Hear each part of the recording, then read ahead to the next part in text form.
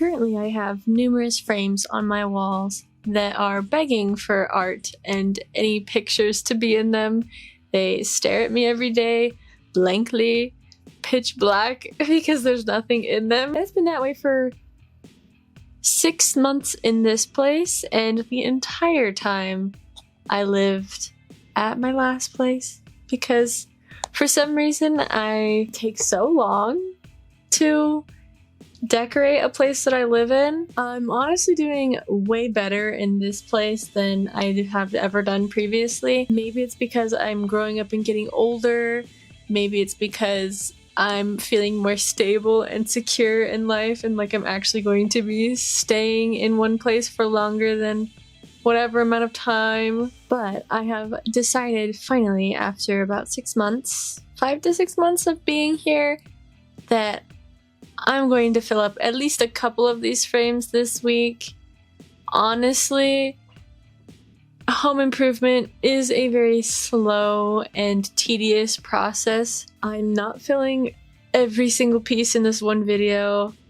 I just think it's unrealistic to show that. So this time I'm going to be working on 2 pieces that are honestly already kind of close to my heart and I'm very excited to make. First, I found this super cute oval frame from Michael's, I believe, when I went there. I thought it was so adorable. I am going to have to frame this one, so this one isn't going to fill up the frames on my walls, but that's okay. I really want to paint a portrait of my cat on here.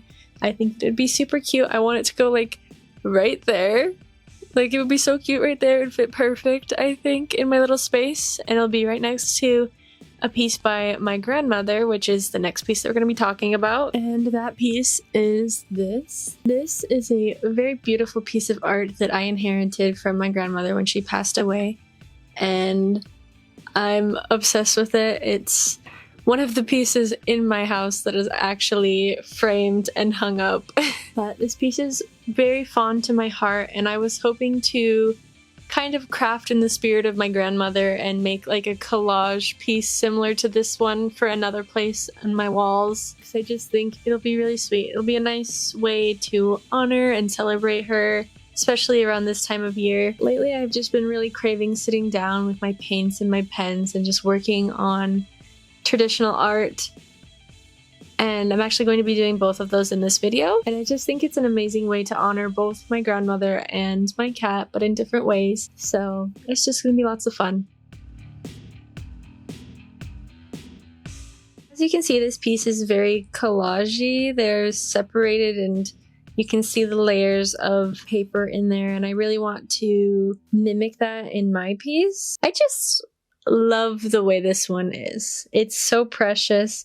To start this out, I picked out a frame. This picture is going to go above my bed. I actually thrifted this frame, and it originally was blue, and I painted it black, and it came in like a set of like 4, or maybe it was only 3. I'm not 100% sure, but it came in a set, and I painted them all black, and they're all super cute. And they all have like different detailings of flowers. I don't know why they were blue, but this is what I'm working with. The moth I'm going with is Glovers or Glovers. I don't know, like the SpongeBob character. Silk moth. Glovers, silk moth is what I'm going for. And as like a food source, something that they like to live on is wild roses. So I'm going to do wild roses specifically. It's also going to be vertical instead of horizontal. I always get them mixed up, just like my lefts and rights. I don't know why, it's just hard for my little brain. But I'm gonna do a red orangish background or a red background to match the moth, since the moth is going to be drawn in black and white. I think that'll be a fun way to pay homage, and also, you know, my favorite colors are like red and pink and black. So red's a good one. And purple. I like purple too. I'm gonna pick out the red right now, and then I'm going to cut out size for the frame. I've got these 3 colors. I think I'm gonna go with this one. Yeah, I just think that this one's too bright and this one's too orange. So I think I'm gonna go with this one. Also, I hope that the lighting is at all good. I got a ring light to help with the lighting, which is also going to be a problem with the face down stuff, because like, I guess it would be a problem when this glass isn't in here. But when I was trying to show pictures of like my grandma's original piece, it was reflecting the ring light. First piece of our collage is using this. It's also funny because you can kind of see the blue paint that was left from before. I even cleaned this like right before I filmed because I own a cat. Everything gets hairy and fuzzy. Disgusting, I know. I should have just... Sorry, you guys. Didn't mean to kick you.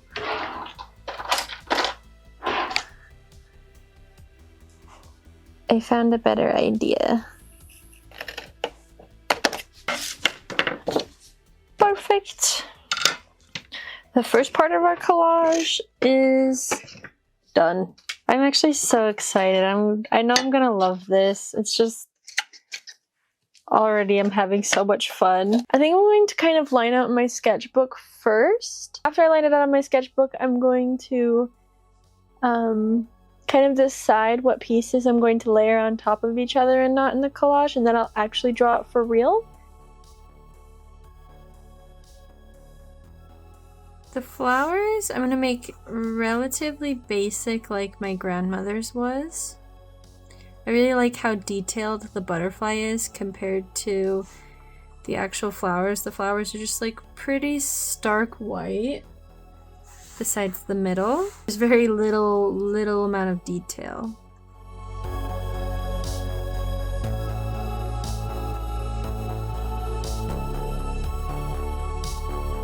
I'm gonna decide right now where I want my moth to be, which I think I'm gonna put it right here. I saw a video of how fatty these things are. They are thick, like super thunk moths. Like you can't even tell when you see them from like the back because their body is just like, wow. Honestly, it almost made me slightly uncomfortable when I saw like how big the silk moth bodies.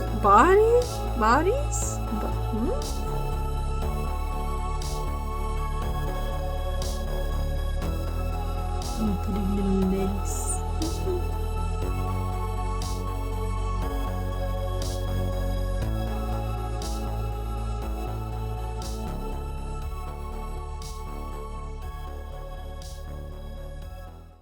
Of course, the nice thing about doing a collage piece of this is that I get to move things around at all. Like, once they're placed, I'm like, here, I can erase things and move things, but I'm not gonna do that. I'm just enjoying the process of what's going on right now, kind of getting an idea of where I want things. But I'm thinking something like this. But that's a sketch of what we're going for today. Alright, so I did go ahead and print out some reference pictures. They're in black and white, but they didn't turn out like the greatest. Our printer's kind of getting really old and it hasn't been used in a while.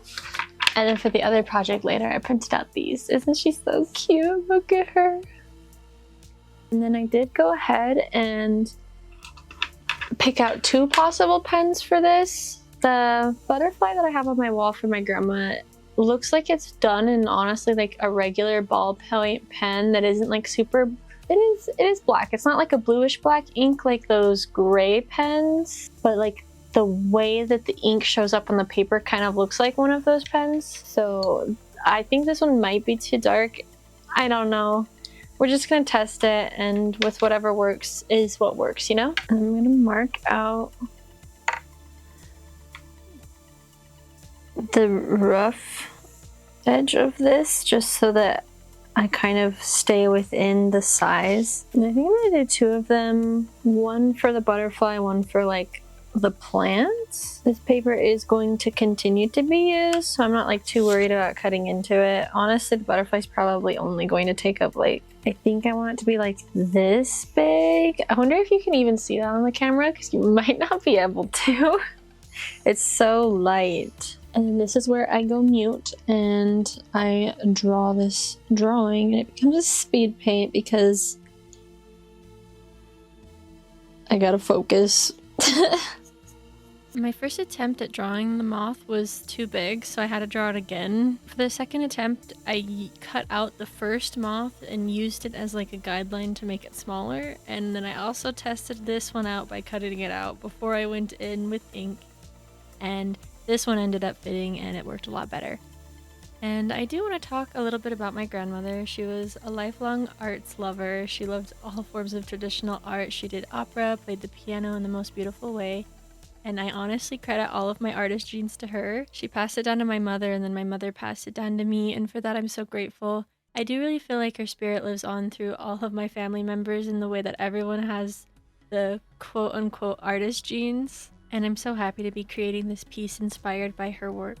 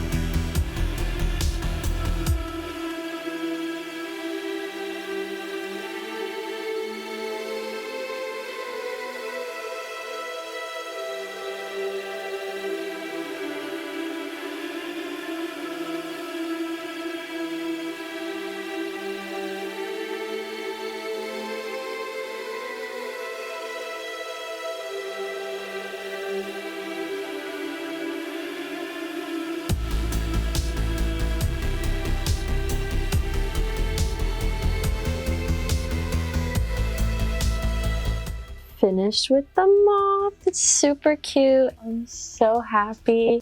And I love all the little speckles on it and stuff. I think it's so cute. I used a bunch of different techniques in pen because I want it to be very textured. Like, this is going to be the most detailed piece. But now all we have to do is draw the plants, and it's gonna be a lot easier because they're super basic, or at least I want them to be mostly basic. A little side note, it is so cold in here. There's a big storm on Saturday, and I actually had to move my desk because it was leaking in my room, and there's water leaking into the power cord that I have over here, and I was sleeping and I woke up to hearing like dripping sounds. It was like dripping directly into the power cord. I'm really glad I woke up and I didn't just like fucking die or something, but that happened, and obviously that delayed everything a little bit, but we're back. Everything's moved. Anyways, my cat has the heating pad because she needs to be warm. I'm so cold.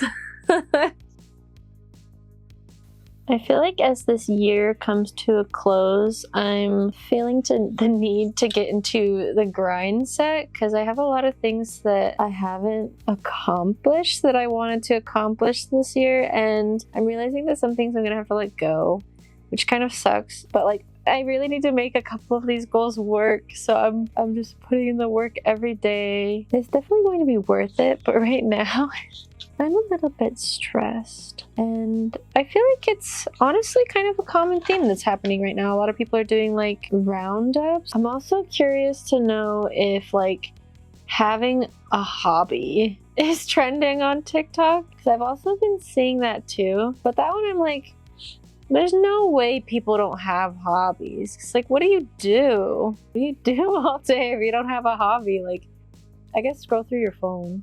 But like, video games is a hobby, guys. That's a thing. But I'm all for things trending that improve people's lives, like book talk and having a hobby. I do think those are important. If you can't tell, by the way, I'm mostly anti-TikTok. Particularly, I am anti-social media in general. I just feel like the way that algorithms work, they're just meant to keep you rage baited and angry, and I don't feel good when I go on them. So I've been off of social media for a really long time now. I think it's been almost like 2 or 3 years. Well, okay, some social media, like I quit Facebook in 2017. By the way, I'm old enough that like Facebook was important when I was in like middle school and slightly into high school in terms of keeping up with people. I think Instagram also became popular. I remember when Visco, I think it was popular. Obviously Tumblr for people, but I think 2017 is when Tumblr died too.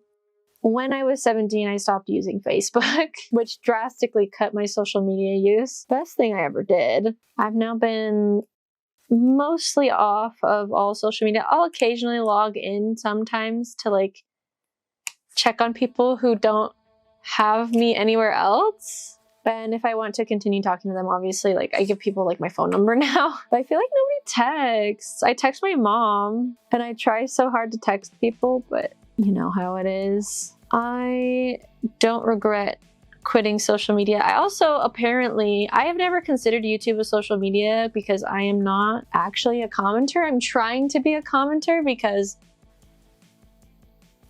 of the dead internet theory, funnily enough. I don't like the idea of the dead internet theory and how most people interacting with things are just bots. So I kind of wanted to I want to start combating that by actually commenting on things. But then also it becomes social media after that. Definitely YouTube is and can be a huge time sink. Sometimes I have very unhealthy boundaries with it, and I'm trying very hard to cut down my YouTube time, as long as it's like just casually watching. Like if I'm just like looking for videos to watch, like I don't want to do that. I don't mind if it's educational content. Like I use YouTube a lot for my coding. I'm totally fine with my YouTube consumption in terms of learning how to code, because that's actually really giving something to my brain. I also really like video essays. I'm super excited to be doing this because I realized recently that I don't have like a lot of full finalized pieces, and most things are just like sketches or sketchbooks or pieces of paper pulled out of sketchbooks. And I really want to have more like actual pieces. Sometimes I think that I get really stuck in like just practicing, and I don't ever create any pieces with the skills that I have practiced. Now I just cut these out, and then I'm going to decide on the final arrangement, and then I'm going to put it in the frame. Woohoo! I have misplaced the little fuzzy thing that goes on top of this, so hopefully the audio quality isn't too bad. It's also raining outside, so if you hear that, it's nice and relaxing. After doing my first project, I went ahead and bugged my mother so that I could print out some pictures from my favorite artists that are not available as prints, and also one of them is long dead.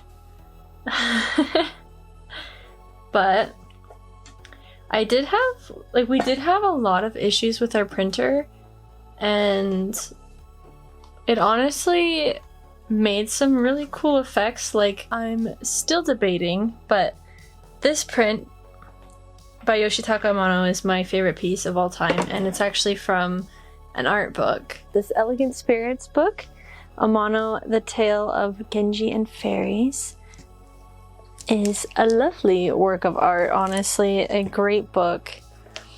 And I actually got it used, but it is in this book, and it's actually one of the last pictures in the book. It's like at the very end. It's not the last, but it's one of the last. It's in the last 10 pages. I'm yapping. If you ever get the chance to look at one of these, any of his books, they're all beautiful. This one is beautiful. I'm obsessed with fairies, so you know how it is. And his style is phenomenal as always. So this book is a great inspiration to me, and I'm so lucky to have it. And that piece is specifically from there. And honestly, my printer could not do it. But the mistake that happened that made the bottom of this picture purple, I actually kind of like. So I'm kind of debating if I'm going to keep the smaller one or if I'm going to keep the bigger one up, because it's my favorite piece by him, but I can't have two hanging up in my room. And then I have The Pale Horse of Death by Gustave Doré, and this one turned out alright. Like, the details just don't show up that well, but I don't really know where to even get a good quality print of this, so I just printed it out, and it will now live on my walls. But that is now 3 picture frames that we have filled up for the wall. And on to the next project.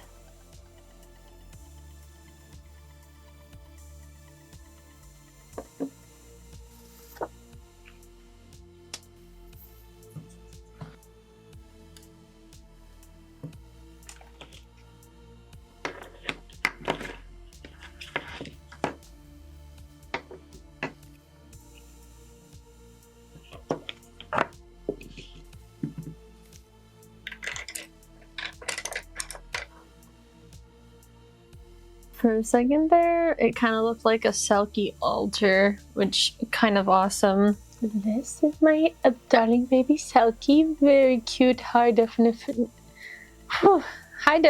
picture, am I right? This one's on like matte printing paper. Honestly, I'll probably just be using this one because she just looks so perfect in this one. But I'm obviously going to be like, maybe like making it so she's sitting up, basically. I'm so excited.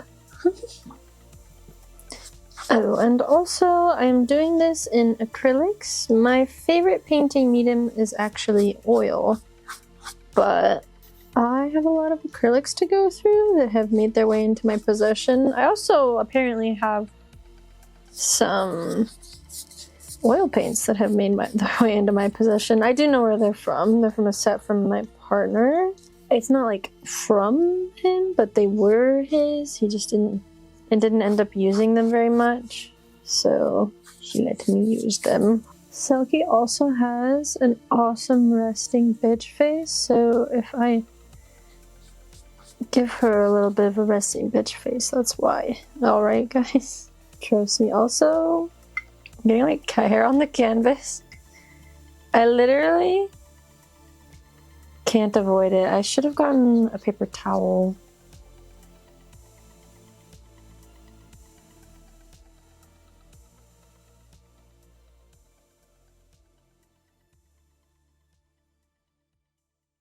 While I work on this, I would like to give a little bit of Selkie lore, a better introduction, if you will. I adopted Selkie from the Humane Society about 5 years ago, and when I say adopted her, I really mean that she adopted me. I went to go visit the cats at the shelter after my childhood cat passed away, and Selkie sat in my lap and never left. The adoption lady literally had to go get me the papers because Selkie would not get up. Also, her name was originally Lena. She never really answered to it though, and she loves her new name, so I think I picked a good one. She also, if you can't tell, has a clipped ear. I did not do that, she came that way. They do that to strays that they pick up off the streets to spay and then they put them back out there, so I'm unsure of how she got at the Humane Society, but I'm sure glad that she made it into my home and I will treasure her forever.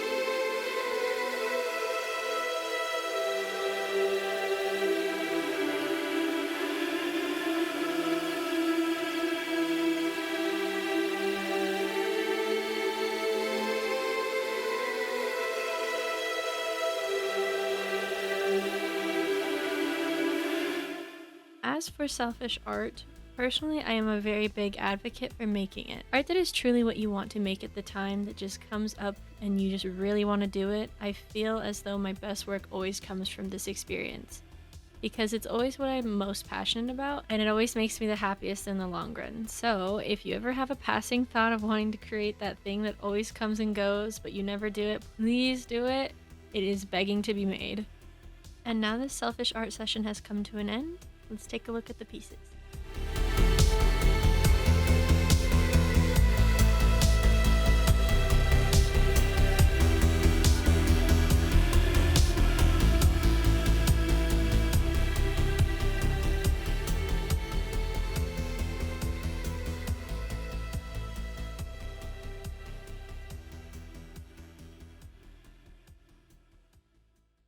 And with that, we have made it to the end of the video. I'm just so grateful that I was able to do this October. These pieces hold a really special place in my heart, and they honestly will forever. I'm absolutely obsessed with them.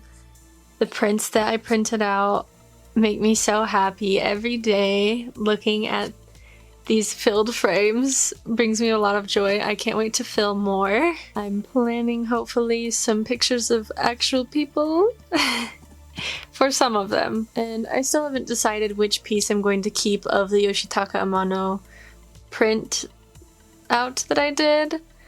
So they are both currently hanging up in my room, and I'm still getting a feel for them to see which one's going to be the one that stays. If you have any opinions, let me know. And with that, thank you so much for joining me in today's video. I hope that you all have a wonderful holiday season, and that you get to spend this season with those that you love and care for the most and hold dearly. And I hope you all have a wonderful day. Bye!